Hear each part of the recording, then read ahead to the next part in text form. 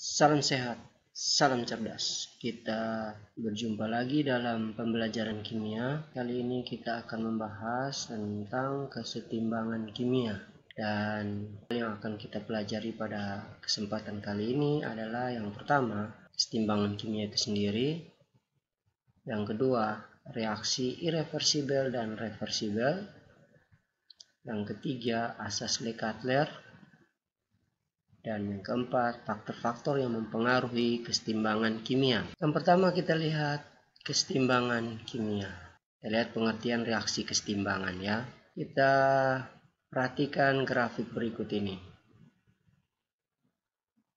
Pada grafik A, ini grafik laju reaksi terhadap konsentrasi. V1 merupakan laju berkurangnya reaktan, sedangkan V2 adalah laju bertambahnya produk. Pada grafik B kita perhatikan ada grafik berkurangnya reaktan dan grafik bertambahnya produk.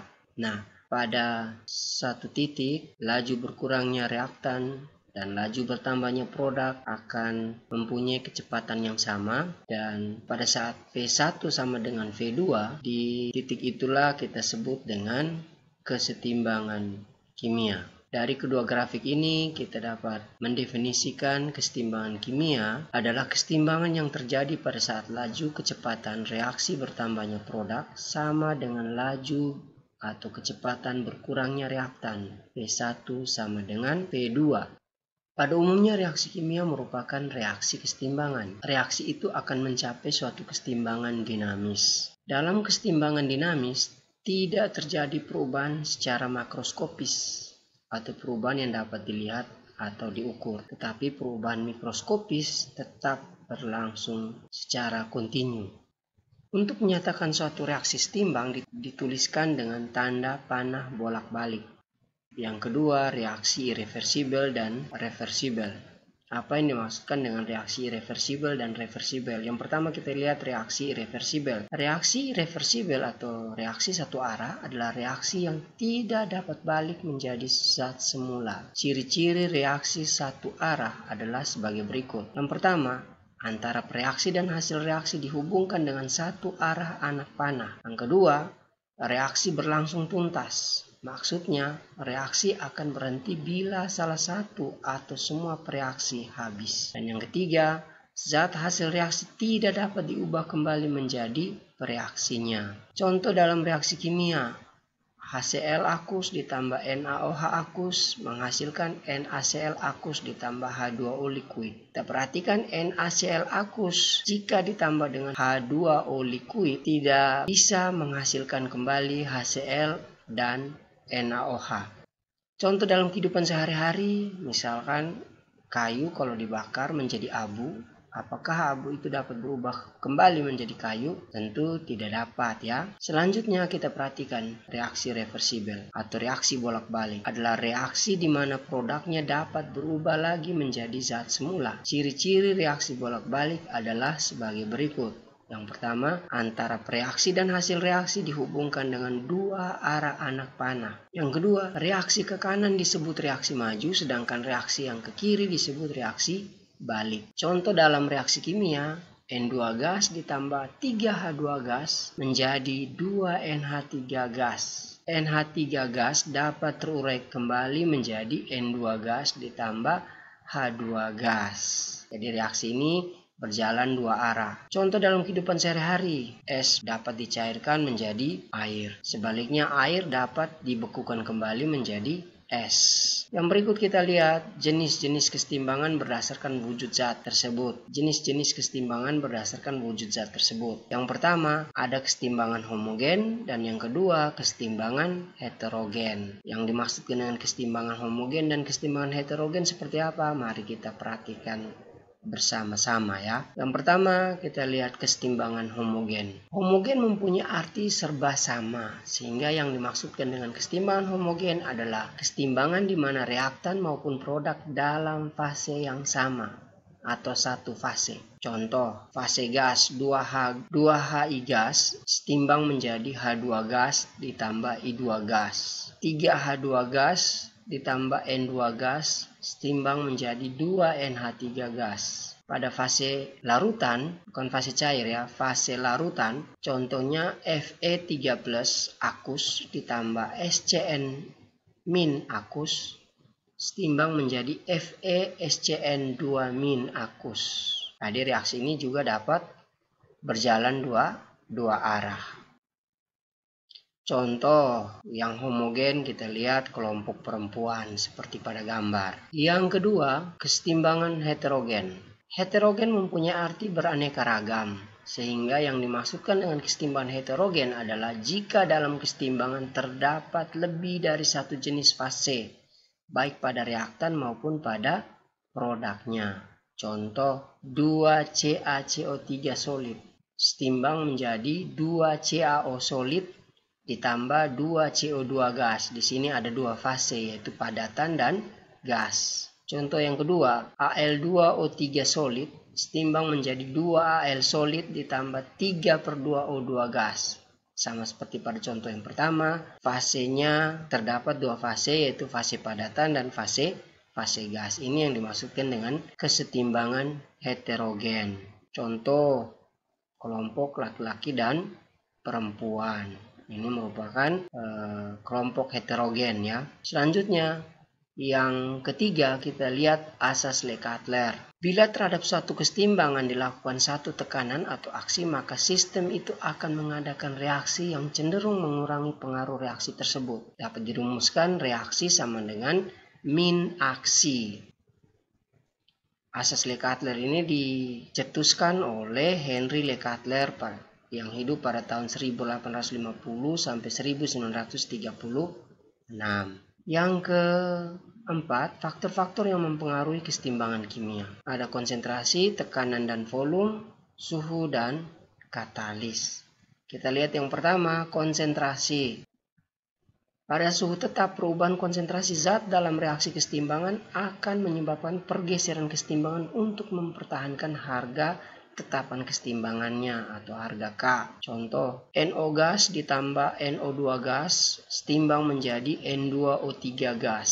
Jika kita melakukan aksi berupa penambahan konsentrasi NO atau NO2, maka sistem akan bereaksi dengan bergeser ke ruas kanan, yaitu menambah konsentrasi N2O3. Sebaliknya, jika konsentrasi N2O3 ditambahkan sebagai bentuk aksinya, maka reaksi akan bergeser ke ruas kiri, sehingga konsentrasi NO dan konsentrasi NO2 akan bertambah. Begitupun kalau kita melakukan aksi dengan cara mengurangi konsentrasi NO, konsentrasi NO2, maka reaksi akan bergeser ke arah NO dan NO2, atau reaksi akan menambah konsentrasi NO atau NO2. Sebaliknya, jika aksi kita kurangi N2O3, maka reaksi akan menambah konsentrasi N2O3. Yang pertama kita lihat, jika ada penambahan konsentrasi pada salah satu reaksi, maka kesetimbangan akan bergeser ke kanan. Sebaliknya, jika ada penambahan konsentrasi produk, maka kesetimbangan akan bergeser ke kiri. Yang kedua, jika ada pengurangan konsentrasi salah satu reaksi, maka kesetimbangan akan bergeser ke kiri. Sebaliknya, jika ada pengurangan konsentrasi produk, maka akan ada pergeseran kesetimbangan ke arah kanan.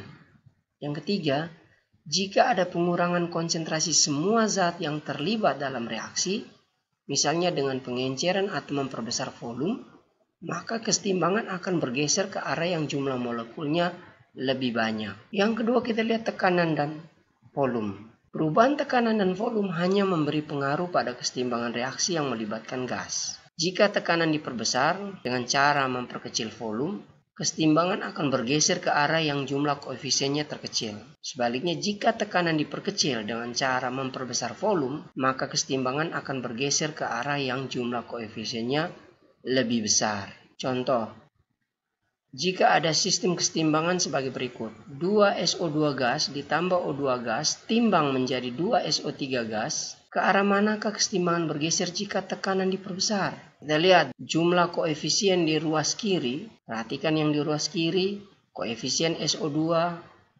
ada 2, sedangkan koefisien O2 1. Sehingga jumlah koefisien di ruas kiri adalah 3. Sedangkan jumlah koefisien di ruas kanan, kita perhatikan koefisien SO3 adalah 2.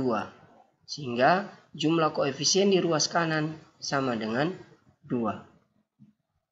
Bila pada kesetimbangan tersebut tekanan diperbesar atau volume diperkecil, maka kesetimbangan akan bergeser ke arah yang jumlah koefisiennya kecil.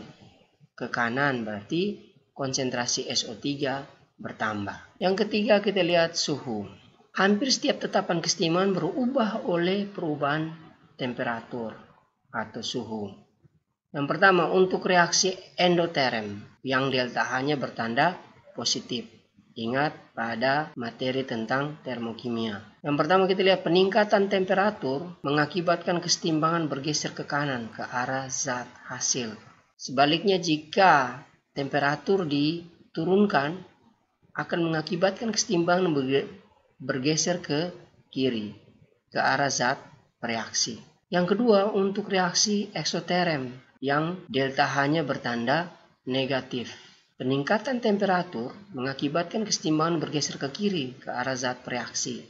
Sebaliknya, jika temperatur diturunkan, akan mengakibatkan kesetimbangan bergeser ke kanan ke arah zat hasil. Contoh, ditentukan kesetimbangan sebagai berikut. N2 gas ditambah 3H2 gas timbang menjadi 2NH3 gas.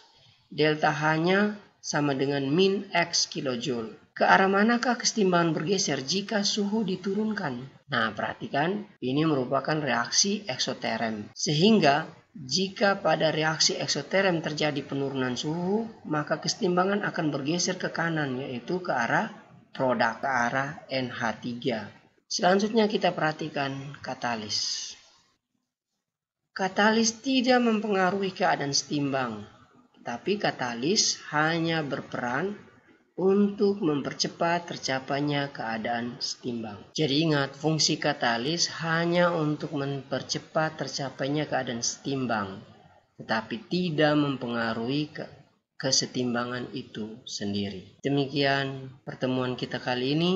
Semoga bermanfaat dalam proses pembelajaran jarak jauh. Semoga bermanfaat dalam proses pembelajaran jarak jauh. Ingat, tetap giat belajar, tetap semangat, salam cerdas.